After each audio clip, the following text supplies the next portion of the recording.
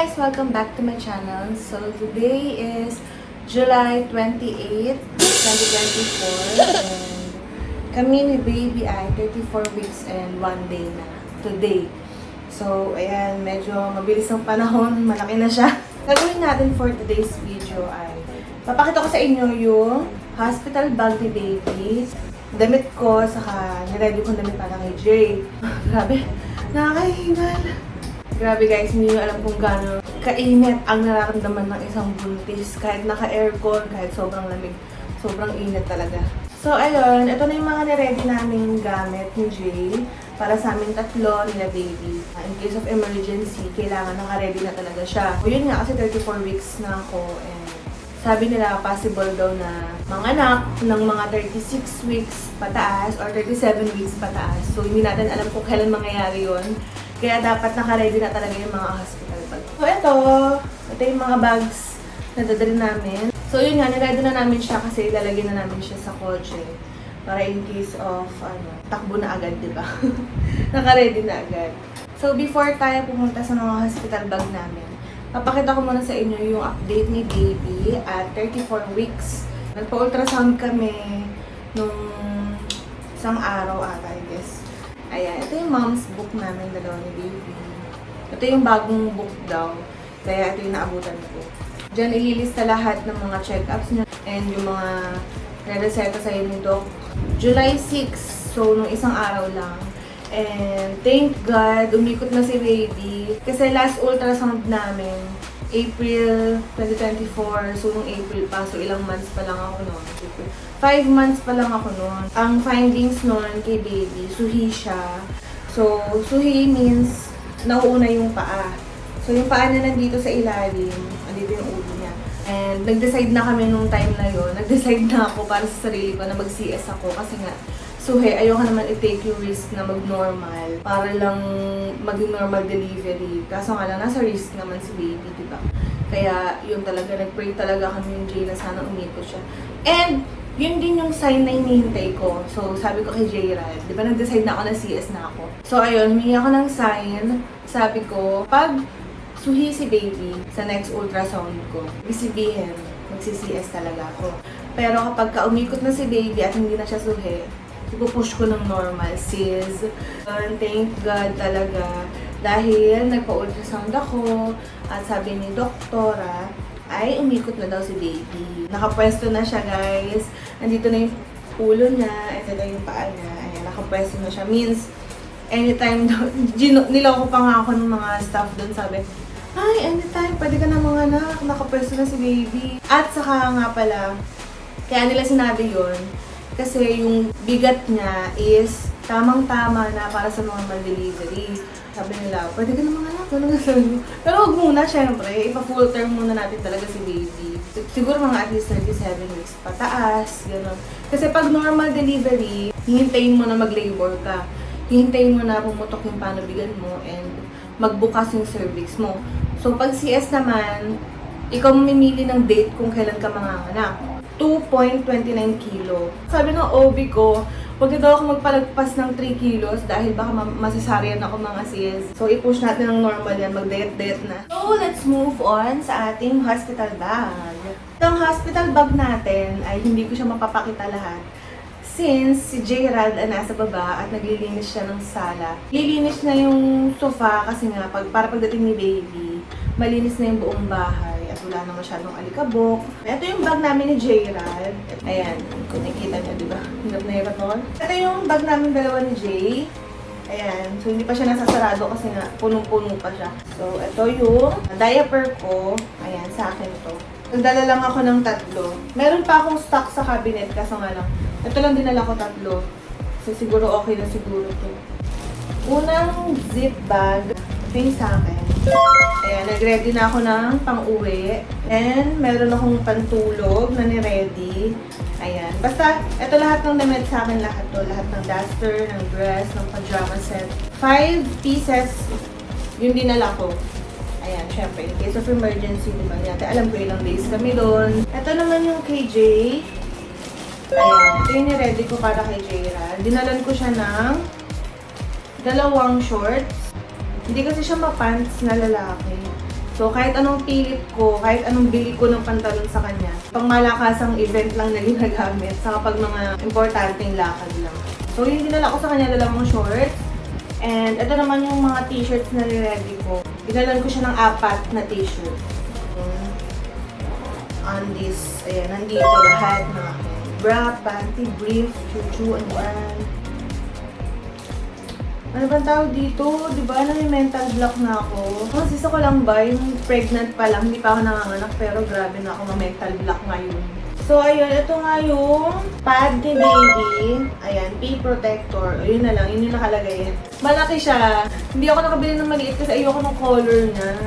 Arte. Ayan, so feeling ko ito yung babagay para sa room niya and bagay para sa kanya.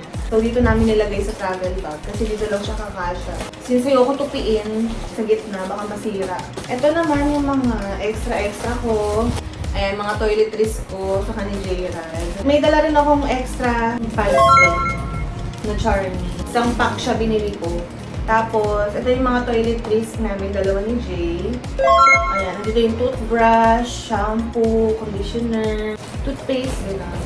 So, ito lahat ng gamit namin dalawa ni Jay. Hindi na ako magdadala ng dalawa pang maleta. So, isang maleta lang dinala namin para kay baby.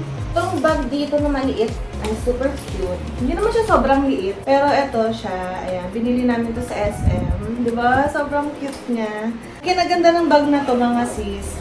Ayan, meron na siyang pang changing diaper o pag nasa travel kayo or nasa labas kayo. In case of emergency naman pa, poop si baby, di ba? Ang nakalagay naman dito is yung mga pang gatas niya.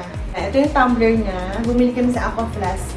Kasi nga, di ba, blue and gray yung gustong color namin dalawa ni Jay para kay Jet Jet. And yun din yung favorite color namin talaga, color gray. Bumili ako ng blue na tumbler ng Aqua Flask. Bumili din ako ng lid na color gray sa kabut. Pero andito pa sa akin yung color blue na lid niya. So, ayan, pinalitan ko lang.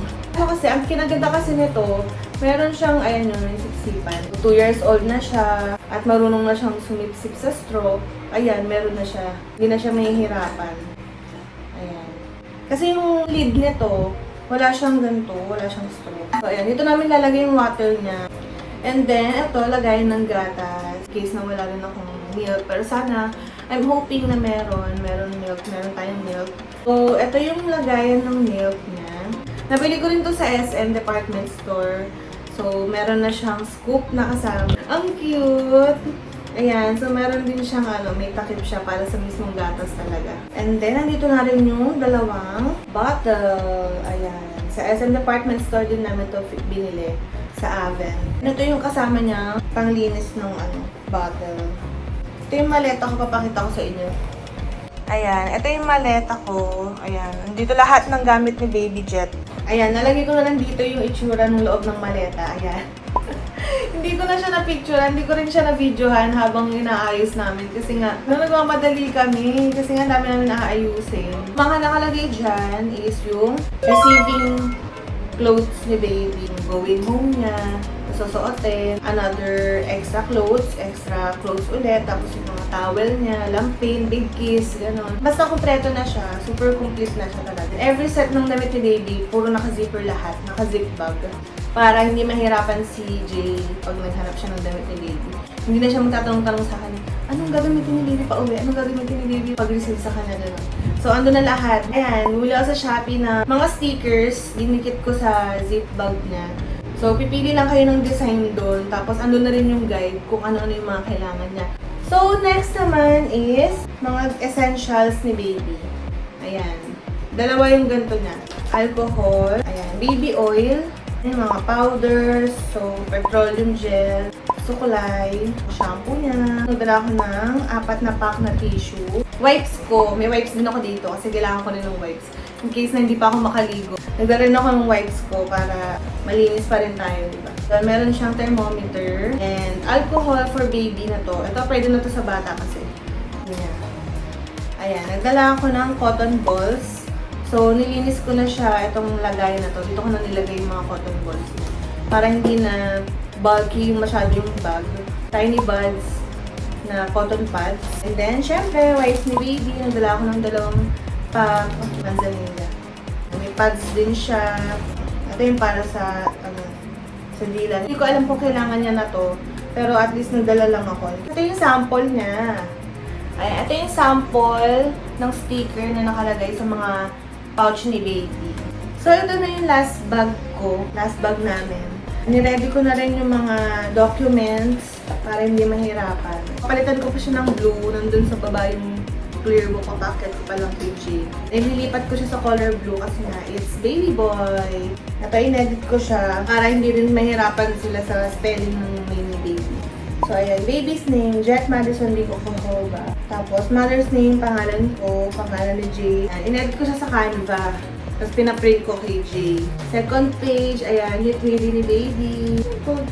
O, para habang nagle-labor ako, diba? Titignan ko lang siya. Ito yung inspiration ko. Baby, tulungan mo si Mami, mag-gusto siya. Aming birth certificate, ayan, original PSA namin dalawa ni Jay, andito. And PhilHealth, SSS, tapos yung vaccine namin dalawa ni Jay, saka ID.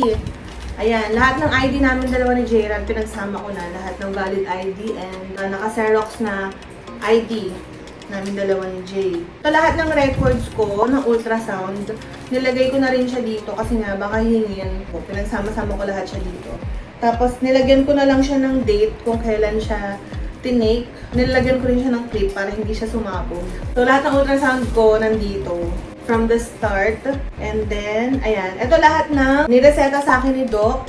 And yung glucose, yung lahat na tinake ko. Urinalysis, lahat ng tinest ko.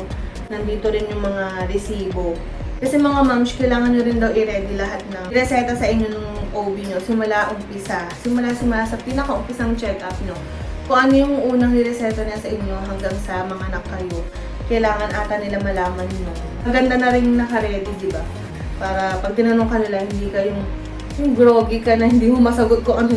Maalala ko pa ba yun? Kung ano yung mga ininom kong gamot. So ako, nilista ko lahat. From the start, nilista ko lahat kung ano yung pinainom sa akin gamot. Saka yung mga tinake ko na test. And then, tumbler, syempre. Cute ng keychain, no? Binigay sa akin ng mga pamangkin ni Jay. Di ba? Ang cute. Para daw kay Jet. So, ako muna gagamit. Ito yung tumbler namin ni Jay. Color gray. Para hindi kami mahirapan mag-inom ng water dun sa hospital. Face mask. Syempre, kailangan yun. Kailangan talaga to. Kahit anong mangyari. Para hindi na tumakbo-takbo at maghanap ng face mask. And syempre, mawawala pa ba ito ang aking makeup kit. Pero hindi naman siya sobrang dami. And yung mga kailangan ko lang talaga. So, meron akong brush. Bumili ako ng maliit na brush para hindi na siya masikip sa aking makeup kit. Ayan, may salamin na rin siya and brush.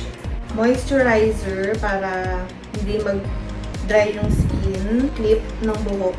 Ayan, malambot lang yung inano ko para hindi masakit sa buhok. Ayan, dalawa siya. Isang brown, tapos isang black. Ayan, may power bank din ako. So, we're done. So, di ko na nakasama si Jay kasi nga busy siya maglinis ng bahay. General cleaning na silang lahat dito. Ready na silang makita si baby. Grabe, halos lahat waiting para kay baby. Talagang excited sila makita si baby. Kaya naglinis-linis na sila. So, ayan. Ito lahat ng hospital bag namin. Ayan, kung makikita nyo. Marami-rami siya, di ba? Pero akala nyo lang marami, pero super konti lang talaga yan. Oh, si baby, nagkikik. Sumisipa si baby. Sabi niya, wow, ready na ang ating hospital bag, mommy.